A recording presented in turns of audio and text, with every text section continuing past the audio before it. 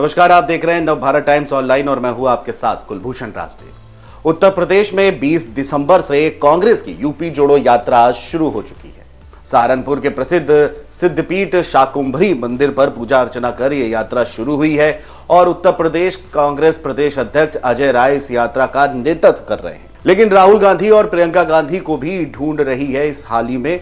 आपको बता दें कि सालों से यह पहला मौका है कि जब उत्तर प्रदेश में कांग्रेस का इतना बड़ा आयोजन हो रहा है जिसमें गांधी परिवार से कोई भी शामिल नहीं है। लोगों के मन में अब सवाल उठ रहा है कि ऐसा क्यों, तो इसका जवाब तलाशने के लिए दिल्ली में पिछले दिनों हुई एक बैठक पर ध्यान देना होगा। बता दें कि पिछले दिनों ऑल इंडिया कांग्रेस कमेटी दफ्तर में पार्टी के राष्ट्रीय अध्यक्ष मल्लिकार्जुन खड़गे, राहुल गांधी और यूपी के प्रभारी महासचिव प्रियंका गांधी वाड्रा के साथ उत्तर प्रदेश के कांग्रेस नेताओं की एक अहम बैठक हुई।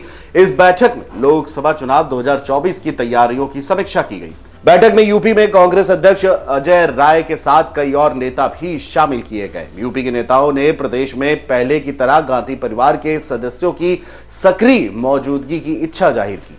साथ ही यूपी जोड़ो यात्रा में भी राहुल और प्रियंका गांधी की भागीदारी का अनुरोध भी किया। लेकिन राहुल ने बैठक में जो कहा उसने कहीं ना कहीं साफ कर दिया कि गांधी परिवार की नजर में अब उत्तर प्रदेश की स्थिति वैसी नहीं रह गई है जैसे इंदिरा राजीव के समय थी।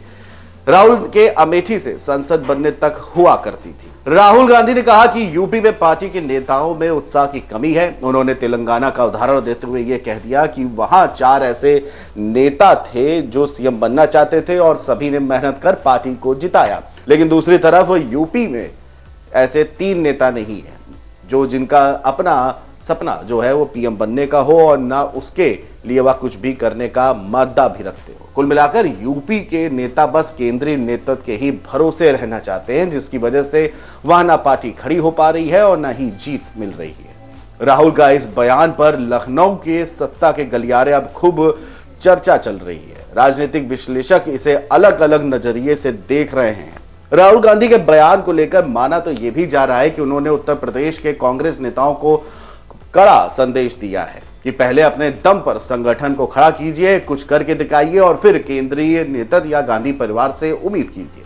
वैसे राहुल की इस तल्खी का आधार भी है। 1999 से लगातार अमेठी के सांसद रहे, लगातार यूपी में एक्टिव रहे, लेकिन संगठन नहीं खड़ा हो सका। राहुल के दौरों पर नजर डाले तो कांग्रेसी नेताओं की भीड़ एयरपोर्ट से उनके सभा स्थल तक खूब दिखाई देती है। वह अमेठी का दौरा करने जब आते थे तो लखनऊ से अमेठी तक तमाम कांग्रेसी नेता उमड़ पड़ते थे, लेकिन जैसे ही दिल्ली लौटे यूपी कांग्रेस दफ्तर में सन्नाटा पसर जाता था।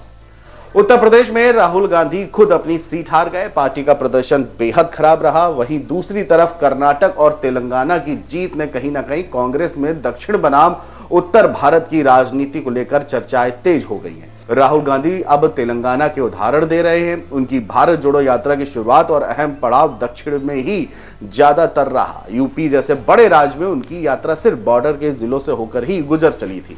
अब यूपी जोड़ो यात्रा से भी गांधी परिवार दूर ही दिख रहा है। ऐसे में चर्चाएं तेज हो गई है कि राहुल गांधी को दक्षिण की राजनीति रास आने लगी है और 24 के लोकसभा चुनाव में भी वह अमेठी से दूर ही रह सकते हैं।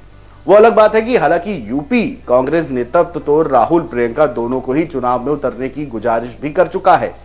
एक चर्चा यह भी चल रही है कि राहुल गांधी ने अपने बयान से इशारा किया है कि यूपी में कांग्रेस के नेता अपने दम पर पार्टी संगठन को खड़ा करे और चुनाव में प्रदर्शन करे।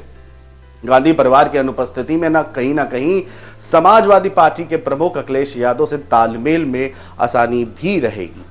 मध्य प्रदेश विधानसभा चुनाव में अखिलेश यादव के रिश्ते कांग्रेस से खराब हुए। यूपी में समाजवादी पार्टी प्रमुख विपक्षी दल है और पिछले चुनावों के आंकड़े साफ बताते हैं कि सपा को कई जगह एक मुश्त मुस्लिम वोट मिले हैं। एक तरफ बसपा इसकी काट में लगी है, वहीं कांग्रेस भी मुस्लिमों को अपना पुराना पुख्ता वोट बैंक मानती है। रणनीति यह है कि गांधी परिवार की अनुपस्थिति में यूपी कांग्रेस के नेता जो अभियान चलाएंगे तो सपा ज्यादा परेशान नहीं होगी।